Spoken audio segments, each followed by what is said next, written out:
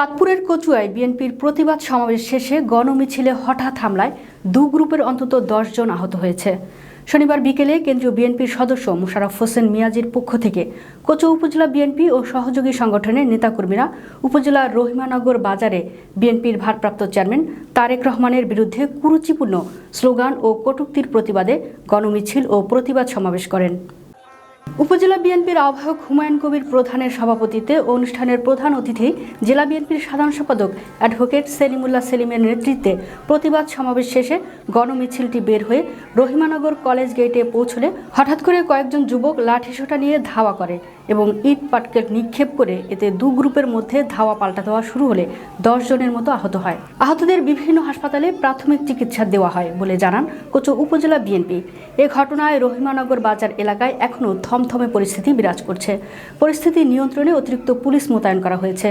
কচুয়া থানার ভারপ্রাপ্ত কর্মকর্তা মোহাম্মদ আজিজুল ইসলাম জানান, বিএনপি নেতা মোশাররফ হোসেনের সমর্থিত নেতাকর্মীদের আয়োজনে গণমিছিলটি রহিমানগর বাজার প্রদক্ষিণকালে ১৫ থেকে ২০ জনের একদল দুর্বৃত্তরা লাঠিসোঁটা নিয়ে ধাওয়া করে।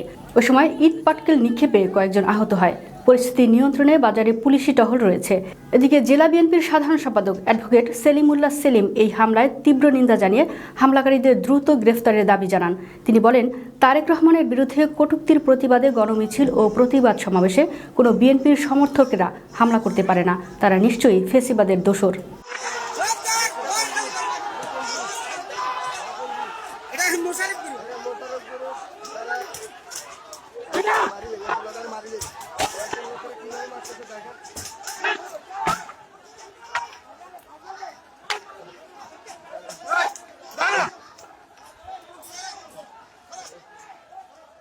বাইরে অনেক মারছে, পুলিশও থামাইতে পারতেছে না। মোশাররফ গ্রুপের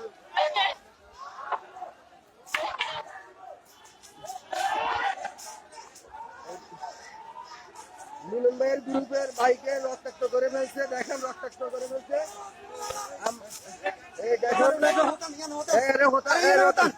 আমরা এর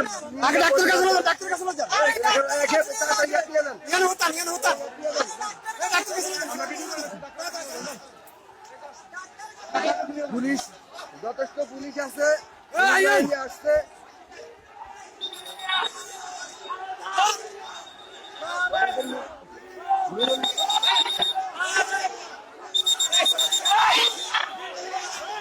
আমরা দেখেছি বেশিরভাগের দুঃসরা আমাদের কিছু বিপদগামী ভাইয়েরা একত্র হয়ে এই তারেক রহমানের এই মিছিলকে ভঙ্গন করে দেওয়ার জন্য আজকে অস্ত্র আগ্নেয়াস্ত্র সহ অতিথি সহ বিভিন্ন অস্ত্র সজ্জিত হয়ে শান্তিপূর্ণ পরিকল্পিতভাবে আমাদের উপরে হামলা করেছে। আমাদেরকে অনেককে আহত করার চেষ্টা করেছে, আহত হয়েছে।